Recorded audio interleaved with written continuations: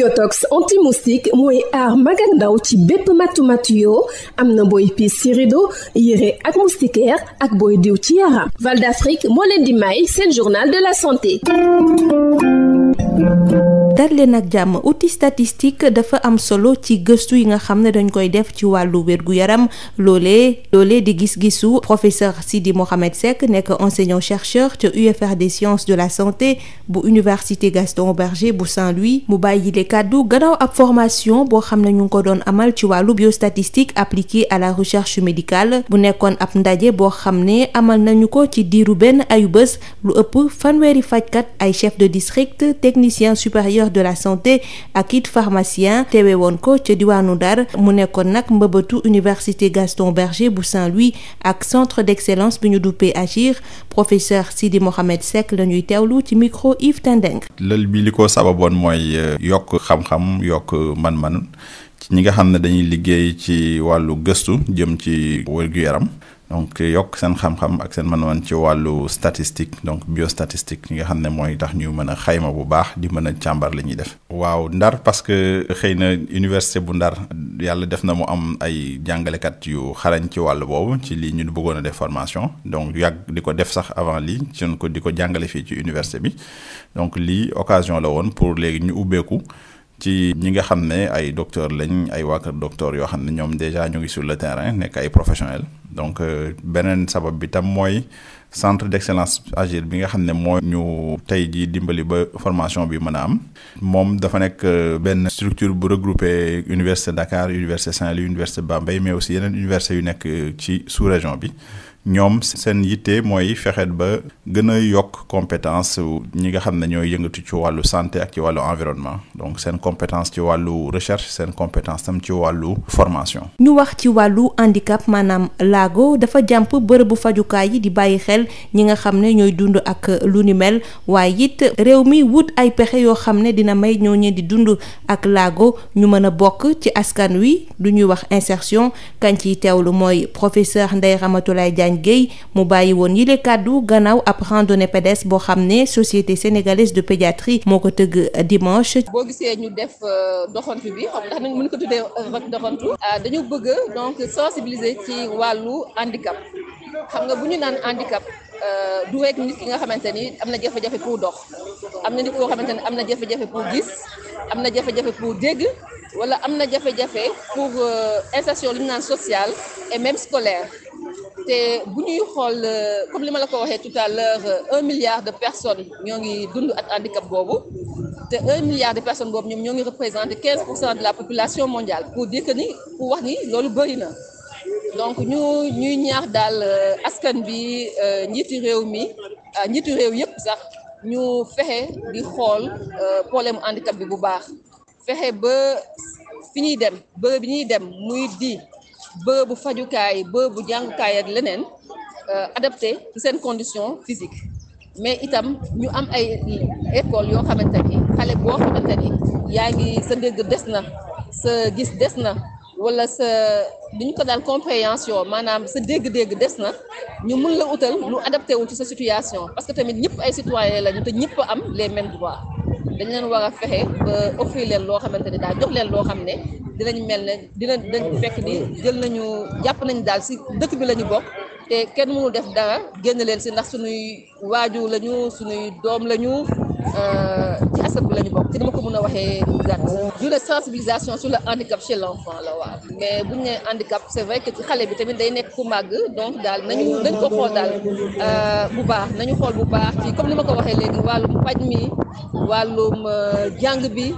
ak structure publique yi da ngay dem ci bërëb boo xamante ni yow boo nekkee nit ku am handicap physique sa accès day jafe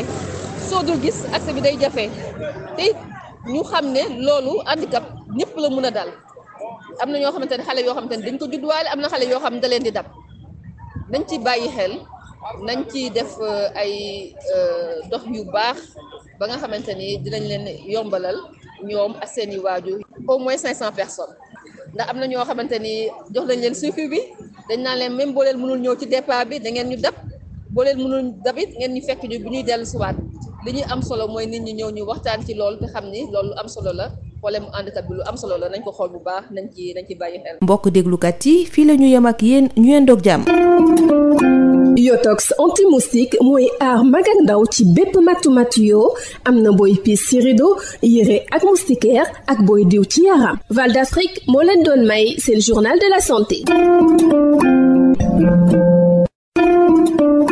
Yotox anti-moustique pour le corps, les vêtements, les rideaux et draps vous protège contre les moustiques chez l'adulte et l'enfant. Val d'Afrique vous offre votre journal de la santé. Bonjour chers auditeurs, l'outil statistique est fondamental pour tout chercheur en santé qui doit chercher à maîtriser certains outils courants. C'est la conviction de l'enseignant-chercheur à l'UFR des sciences de la santé de l'Université Gaston Berger de Saint-Louis, le professeur Sidi Mohamed Seck, qui s'exprimait au terme d'une formation en biostatistique appliquée à la recherche médicale. Celle-ci a réuni pendant une semaine une trentaine de médecins, chefs de district, de techniciens supérieurs, de pharmaciens entre autres à Saint-Louis sur initiative de l'UGB et le Centre d'excellence Agir, le professeur Sidi Mohamed Seck que nous écoutons au micro de Yves Tendeng. Il s'agissait d'une formation en biostatistique appliquée à la recherche médicale qui était destinée à renforcer les capacités des personnels de santé, donc leurs compétences en biostatistique. On a eu à recevoir des médecins venant de l'ensemble des régions du Sénégal, mais également des collègues qui sont au Bénin et au Niger. Et pourquoi ce thème? C'était quand même une nécessité parce que l'outil statistique est fondamental pour tout chercheur en santé. Et donc la maîtrise de certains outils courants est l'un des objectifs majeurs et c'était une formation surtout axée sur la pratique. Au bout d'une semaine, les participants ont pu acquérir des compétences nécessaires qui leur permettront de faire leur travail quotidien de chercheur, donc de pouvoir bien collecter leurs données, les analyser et aussi interpréter donc ce qu'ils manipulent tous les jours. C'est une urgence que les structures de santé soient adaptées au handicap et des moyens trouvés pour faciliter l'insertion des personnes handicapées. C'est le plaidoyer du professeur Ndeye Ramatoulaye Diagne Gueye. Elle s'exprimait lors de la randonnée pédestre organisée par la Société sénégalaise de pédiatrie dimanche à Dakar. Il y a 1 milliard de personnes qui vivent avec un handicap, soit 15% de la population mondiale. Et ce handicap n'est pas toujours pris en compte. Parce que quand on parle de handicap, il ne faut pas juste voir le handicap physique qui concerne la paralysie ou bien d'autres types d'handicap. Mais il y a également le handicap sensoriel, les malentendants, les malvoyants, mais également le handicap intellectuel. Donc si on prend juste l'exemple du handicap intellectuel, au Sénégal, lorsque votre enfant en souffre, il vous est très difficile de trouver un circuit scolaire qui lui soit adapté. Et ça, c'est un problème important qu'il nous faut adresser et savoir prendre en charge. C'est une urgence de faire en sorte que les structures de santé, les structures publiques,